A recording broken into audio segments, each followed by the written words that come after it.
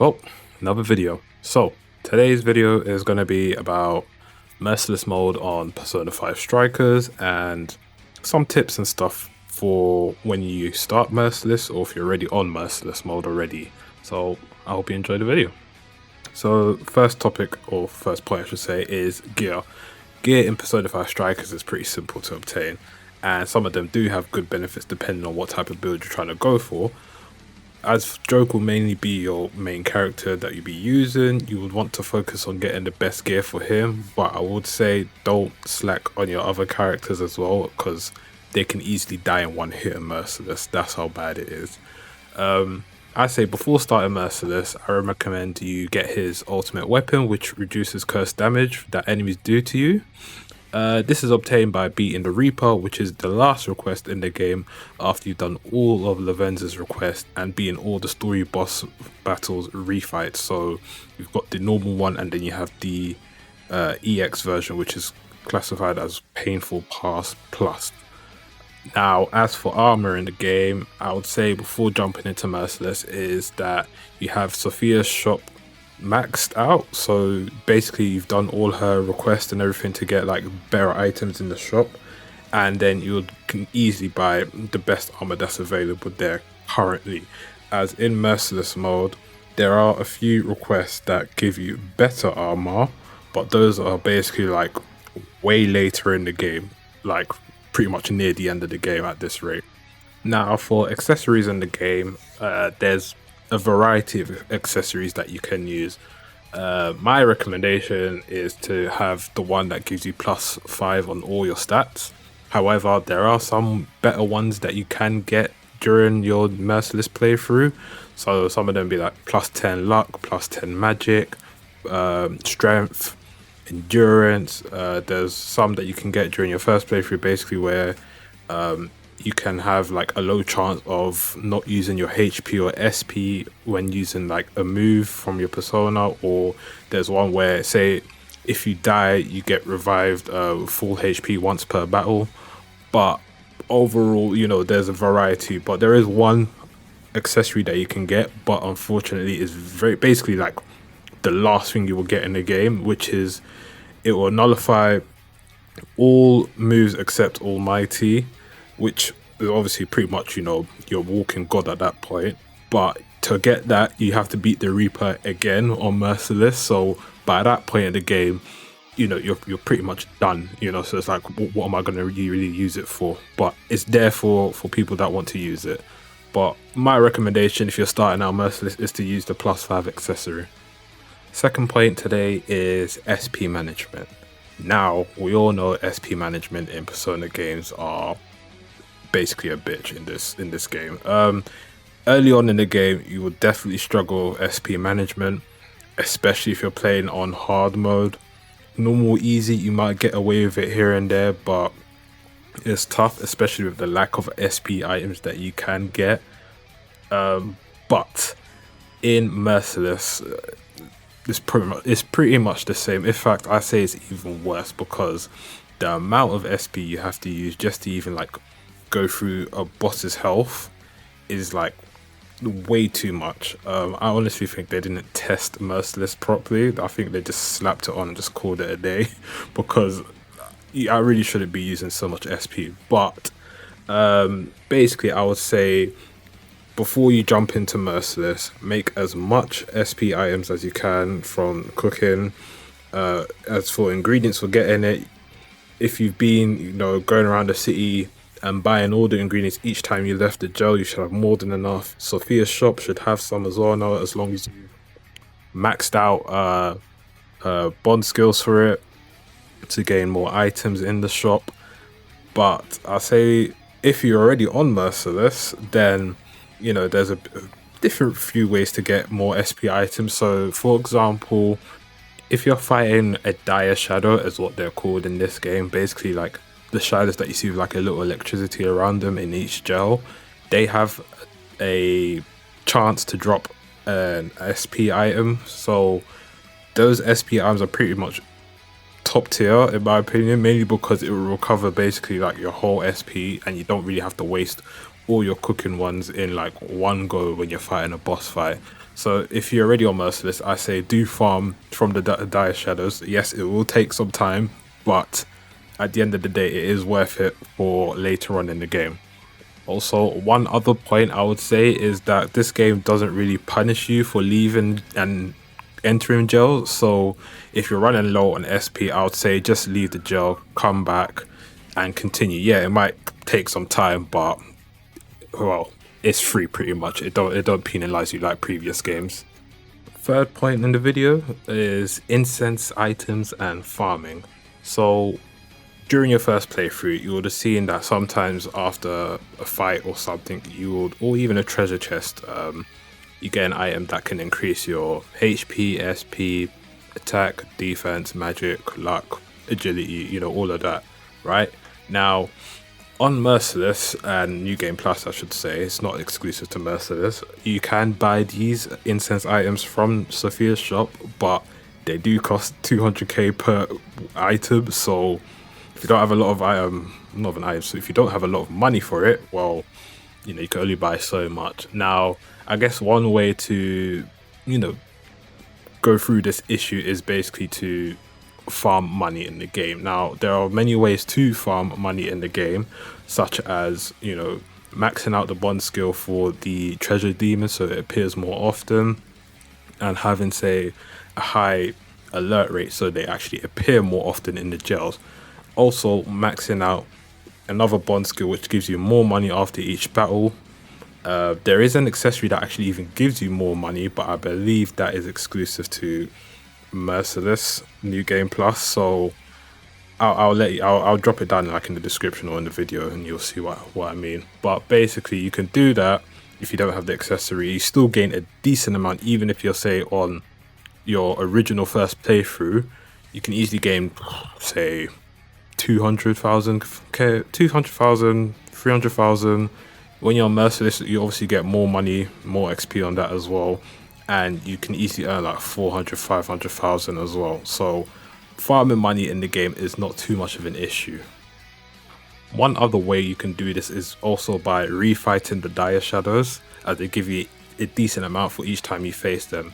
So you'll notice that in New Game, you can only face them once and that's it. But in New Game Plus, you can face them again and again and again, as so long as you basically leave the jail and come back and keep doing that. So say, for example, you're farming money through Dire Shadows, you can still farm the incense items that they drop, SP items they drop, and they also drop better weapons for each of the characters in the game. Now, there's obviously how many Dire Shadows in the game, they all drop one for a different character. However, Joker's one's locked behind the Painful Pass Plus mission, which is the final boss again, which is obviously pretty much at the end of the game. But yeah, if you're farming Dire Shadows, you get a decent amount of stuff from it, really. Now, this all ties into persona points as well, because you need basically a decent amount of money to level up your personas to the point where you can do good damage on Merciless. You would need to farm a set amount of money. I'd say God knows how much. You could just do it forever, how long you want, really. But one way to do it to get persona points is to, say, have all the personas registered, and then say if you've already got Lucifer or someone, they give a decent amount when you discard them, I think plus 1 million or something. So you can just keep doing that over and over and over again. Use them points to level up, say, your personas magic, luck, endurance, agility, or basically if you just want them to have 99 everything, like previous Persona games. Keep doing that. It is a long process, but overall you kind of need to level up your Persona stats for Merciless, because some of these bosses, they are very, very, very tanky, and I'll talk about that later on in the video. One final point on this is that when you are farming from Dire Shadows, they actually do give you a decent amount of bond XP. So if you're going for Platinum Trophy or, all the Steam achievements or whatever, basically these guys will give you a good chunk to the point where you can easily max out all your bond skills within, at the third jail at least. You can easily just farm them and then call it a day. So yeah, I would say go and bully some dire shadows when you're on Merciless mode. On to the next point now. Now, next point is skill cards. So in your Merciless New Game Plus run, you'll see that you will actually get better skill card drops from like random mobs, bosses, even like treasure chest and stuff as well. Those are a bit of a hit and miss, but you mainly see them from like random mob battles that you'll do. I would say this is a real benefit because when you're trying to build that ultimate persona, which basically like nullifies everything or drains everything, these can really help. So if you are trying to farm for these skill cards, they are a bit random, but if for the basically nullify ones, you would want to farm them from the painful pass request. All of them except Alice's one do not, for whatever reason, Alice's one just don't drop it for whatever reason, but all the others do drop them, and there's a chance for you to get Null Bless, Null Curse, Electric, Wind, Ice, Fire. So if you're trying to build that perfect persona, you're gonna have to farm these. Now, in my opinion, I didn't farm these because I didn't find the need to, because I already had a set amount of personas which nullified or drained these affinities, aka Black Frost is pretty much like my go-to persona in Merciless mode. I'll explain more about that in a bit. But if you are for that, by all means go for it, but it's really not needed to. Do note that these are like random drops, so you won't always get them all the time. Sometimes you might get multiple, but other times you might just get squat all. So yeah, just keep that in mind. Next point is be ready for tanky bosses. Now, this, in my opinion, is probably like the worst part of Merciless modes, even hard mode to an extent for this game, because some of these bosses, they are just tanky for no reason. Even not even main bosses, some of these mid-tier bosses are just tanky for no reason. They deal a lot of damage. Fair enough, you're playing on a harder difficulty, fine, but I still had my buffs. I debuffed them and I could still almost die in a hit, or sometimes even my team members will still be dying in a hit. So it's a bit of a tricky one because you're just gonna burn through a lot of SP during these main story boss battles. Maybe the only one that's not too bad is the Shadow Joker one, but honestly it's gonna be a bit of a tough one. But basically I would say is you're gonna have to utilize your team members properly during these boss battles or like jails that you're going into. So you're gonna have to really mix and match. It's not like your first playthrough where you can easily just sit down and have your main team throughout the whole game, which is what I semi-done.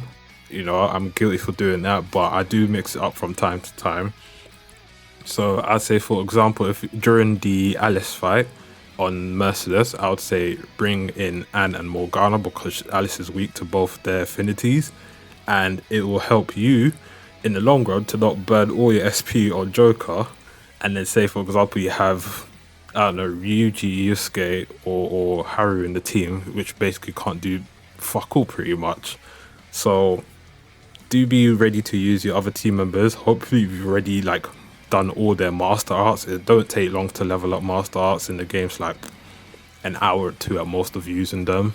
But yeah, do be ready to utilize your team members properly for each of the boss battles. So if you do know like the weaknesses and stuff, then just set them accordingly. Make sure they have like good equipment to like boost up their stats, or give them, say for example, Ryuji has the shock boost or whatever. That can easily help, to get you to have technical hits on these bosses, which still do a decent amount of damage. I'll say another example is Mariko. Her fight is probably like the easiest on Merciless, mainly because when she goes into a rage mode, she's still weak to Sai, but that Sai still also deals technical damage as well. So you're pretty much dealing like double the damage or a bit more. Yes, they're still tanky. Yes, you could still eat up your team members, but you can easily like mow her down.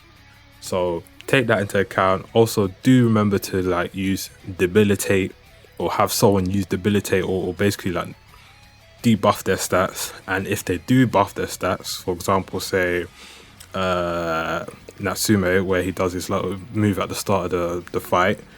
You can use the Kaja, or even Akira, who uses Heat Riser in Merciless. Just use the Kaja. I think Anne has it, Zenkichi has it. Your Persona can have it as from Joker. Use those to just get rid of their buff, and then you'll still see that your debuff is still there, so you can easily just mow them down and not be taking 10 plus minutes on each boss.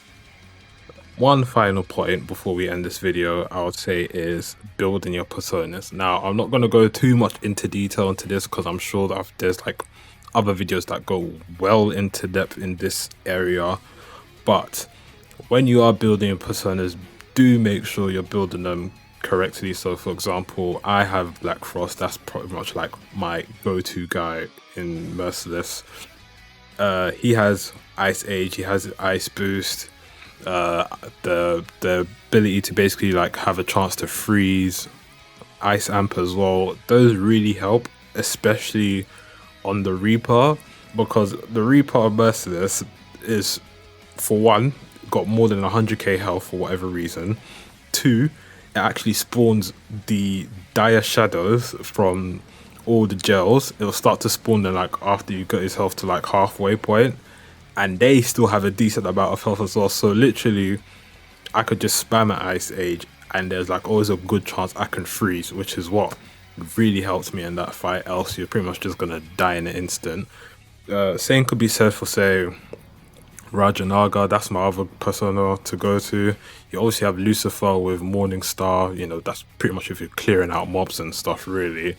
That's really good for, like, say, the hacking battles for Futaba, because some of the enemies there are just so tanky, especially the dog enemies. It's so annoying, and it's like Futaba can easily just die in a hit, or not even a hit or two, but like 2-3 hits more or less, even if you have her defense buffed up. So that's one other point. Do not neglect Futaba at all, because those hacking battles, if you die, you basically got to start from whenever you last saved, or your last checkpoint pretty much, which is like very annoying, because sometimes you have to go through and do your battles again, which is like another 5-10 minutes added on. So yeah, that's all my points for this video. So that is the end of the video. I do hope you find it somewhat informative. I did say I'm going to try to do more like commentary style videos here and there. So yeah, I hope you find it informative. If you've got any questions, do let me know. I do have a Discord there, so if you really want to like jump in and ask me there, do mind. Discord is pretty much dead, but is there forever when someone needs to ask me a question. But yeah, thanks for watching, and I'll catch you guys another time.